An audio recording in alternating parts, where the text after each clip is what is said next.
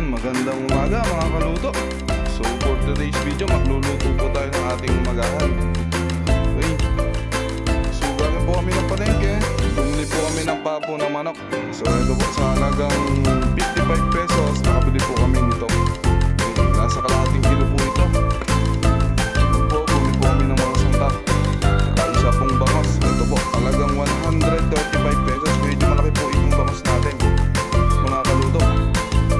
Saka bumili na rin po tayo ng sili para may kagatangan po, bawang, sibuyas, saka kamatis. Iihaw po natin ang bangos. Masarap po ito mga kaluto. Okay, then adobohin po muna natin ang ating papo ng manok. So start na po tayo, no? Hello mga kaluto. Ayan po si Chef Jesse ulit. Luluto na naman po kami nito. Ayan po, luluto po tayo. Luto po tayo ng adobong manok. Pakala na manok. Inisa na po natin ang ating bawang. Mga kaluto, ganito lamang po magluto po ng paa ng manok. Adobohin po natin ito. Napakasarap po dito mga kaluto.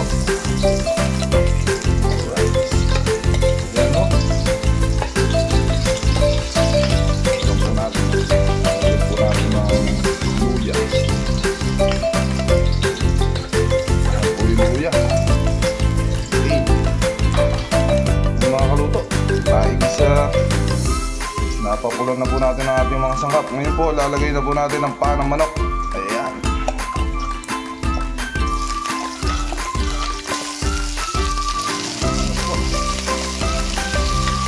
Sa mga kumakain po ng paa ng manok, pa-comment naman po dyan, no? Adidas po ang tawag dito sa Katagalugan. Adidas, paa ng manok.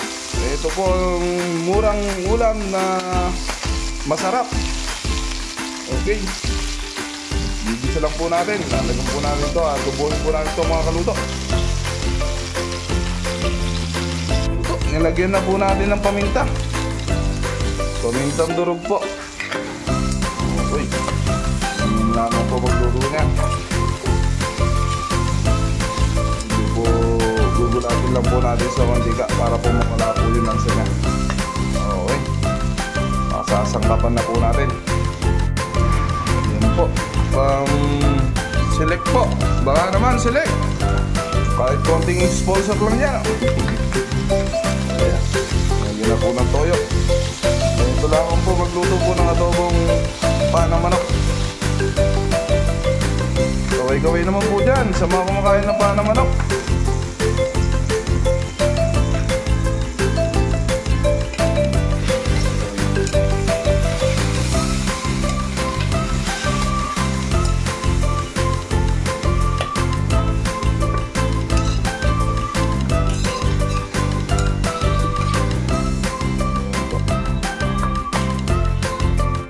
Lagyan lang natin ito mga kaluto ng konting tubig para po mapalambutan natin.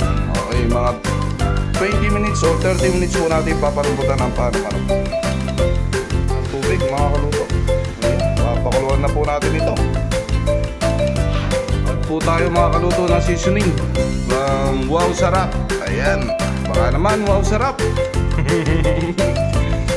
So mga kaluto, yun lamang po magluto ng paa ng manok.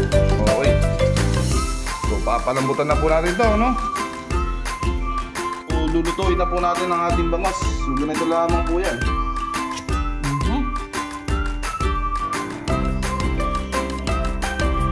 Ganito lang po magluto po ng bangos mga kaluto. Dito po ang banat yan. Yan. Ako ibubuka po natin.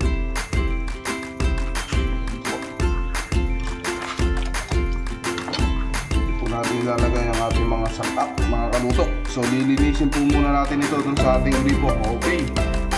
Okay, magandang umaga mga kaluto. Eto, prepare na natin itong mga sangkap natin. Ngayon ko na tayo ng luya, sili, kamatis, paminta. Tapos okay na rin yung bangos natin. Nalinis na natin. Ayan, nawala na po yung bituka, no? Natanggal na po ni paring Epe.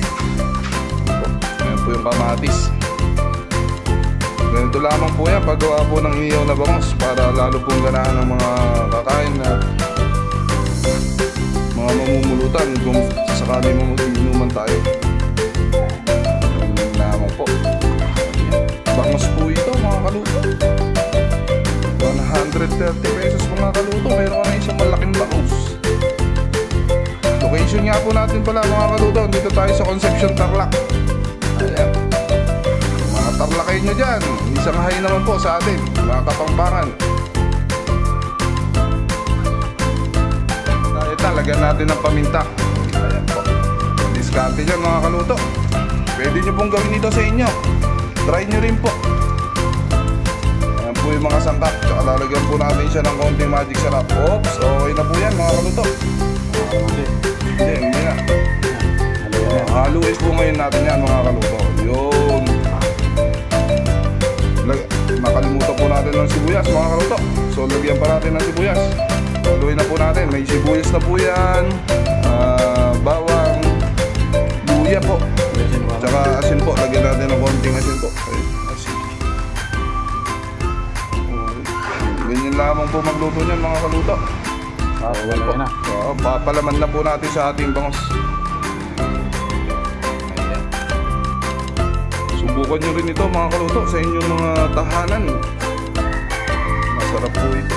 Ganyan po ang paglalagay po ng palaman sa bangos. Ayan po. Ganyan po kami mag-ihaw dito.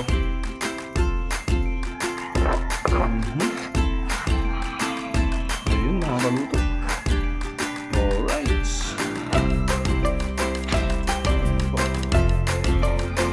Mga kaluto, iihaw na po natin to mga kaluto. Yung po itsura po ng bangos po natin. Lagyan po natin ng toothpick. Na po natin ito. Wala po kasi tayong foil. Kung meron po tayong foil, mas maganda po para hindi po masunog. So, ito na lang po yung gamitin po natin. So, ihaw na po natin mga kaluto. After 20 minutes mga kaluto, ito na po itsura ng ating paa. Medyo papatuyan lang po natin ng konti. Lagyan po natin ng suka. Okay. Pero malambot na ito mga kaluto. Luto na po ang ating paa ng manok. So thank you very much po. At wag po natin kakalimutan na tayo ay mag-subscribe.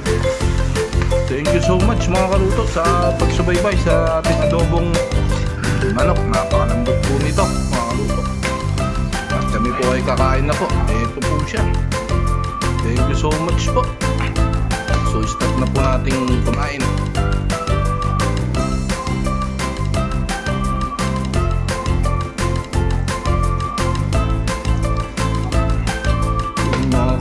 Ang ating lutong paa ng manok. So napakasarap po nito. Tara po at kumain na. So ito na po.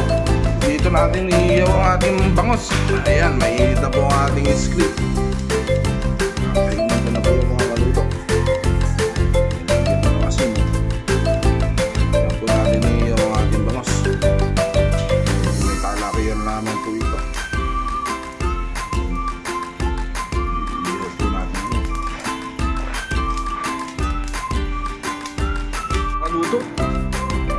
Nabaligtad na po natin ang ating bangos, no? Iihaw lang po natin siya. Okay. Ayan po yung palaman niya. Ano po? Okay. So, luto lang po natin, no? Ito na po ang ating bangos. Ayan po. Luto na po ang ating bangos mga kaluto.